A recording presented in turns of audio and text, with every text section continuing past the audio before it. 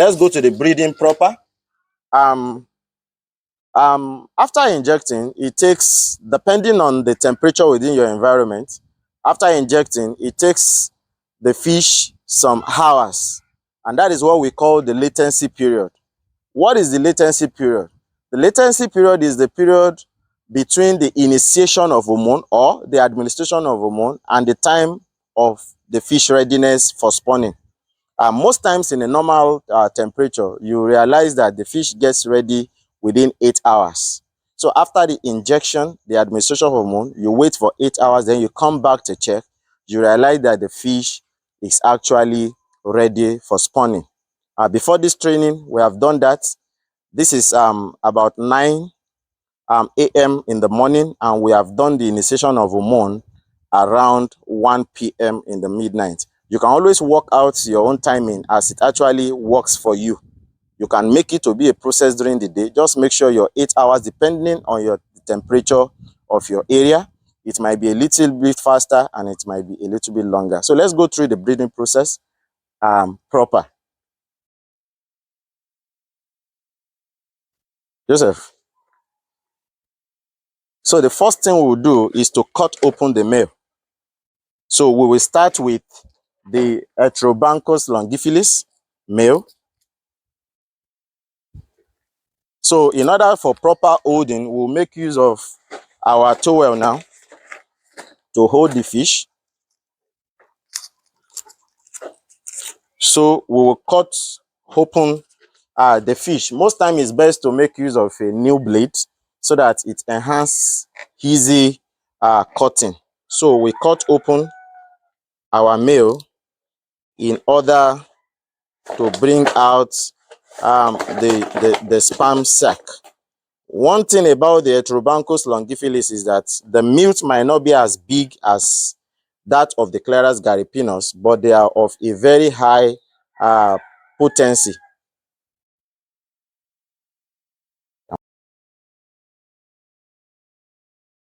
So the Heterobanchus longiphilis male, you can see I've cut it open. Now look at the location of the mute.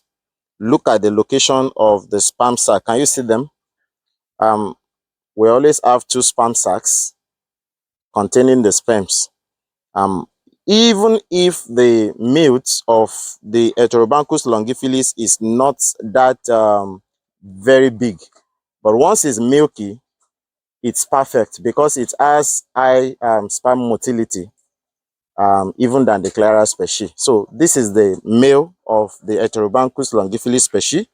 So I'm going to remove the sperm sac now, or another name for it is the mute. I'm going to remove the sperm sac now, and I'm going to place it in this bowl. We will not confuse it with the Clarus male when we remove the Clarus male. So I'm going to place it in this bowl. So we won't mix it up with the Clarus male. If not, you will not have the desired result. So I will remove the second one and also place in the same bowl.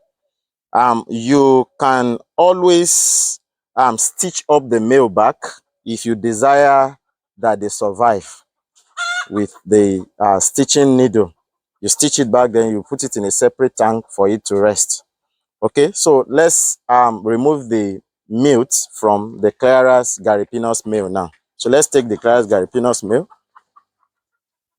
So this is it here. Let's pick it up. So this is the Clarus gariepinus male. You can see that there is no adipose fin. So this is the Clarus gariepinus male. We are going to cut open now in order to also remove the mute. So let's try to locate where the mute is. You can see the mute. Look at the mute here. Most times you see the Clarus having a bigger mute. You can see that this is quite larger than that of the Heterobanchus longiphilis male. The mute of the Heterobanchus longiphilis male is not most times as big as these days. But once it's also, you see signs of milkiness, thick part and milkiness, just know that it's also very potent and good for the work. So this is the Clarus male. Most times it's always having more bigger sperm sac. So, but one of the things you need to consider for the Clarus gariepinus male is that you must also see the sign of the milkiness. So I'm withdrawing the sperm now, as you can see. So I'm going to place it in another different bowl. You need to be sure that if you are carrying the process out, you are doing the both sex breeding at the same time, you need to be very sure that you don't mix up the mute, because it can affect the output. So this is the second mute we are placing in a different bowl. Okay, so the next thing we are going to do now is to collect the eggs from both the Heterobanchus longiphilis female, and also collect the eggs from the Clarus gariepinus female. Let's go. So let's start with the Heterobanchus longiphilis female. We are going to go through the process of what we call stripping, or you can use the terminology spawning, which is the gradual removal of eggs from the female fish. So that's the next thing we are going to do now. So we will collect the eggs differently.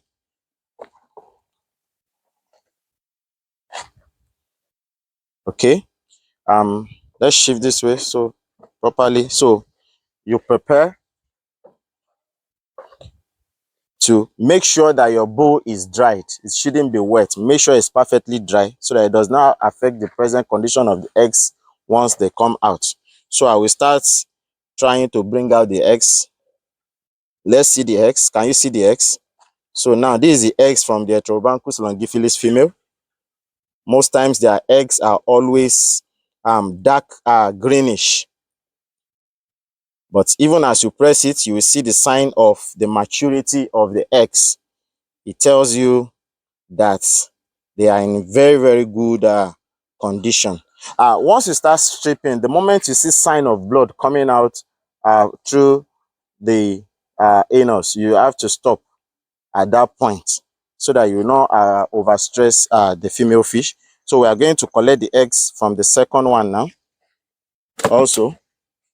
So be careful with the eggs, not to throw the eggs away. So we'll also do stripping for the second one now.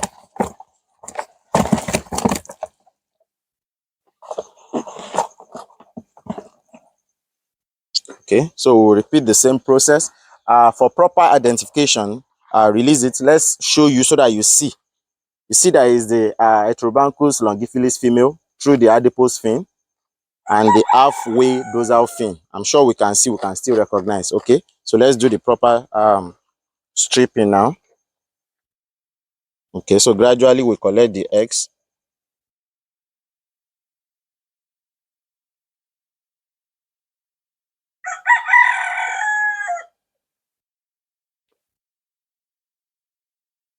Okay, we can see sign of blood now, so we have to stop.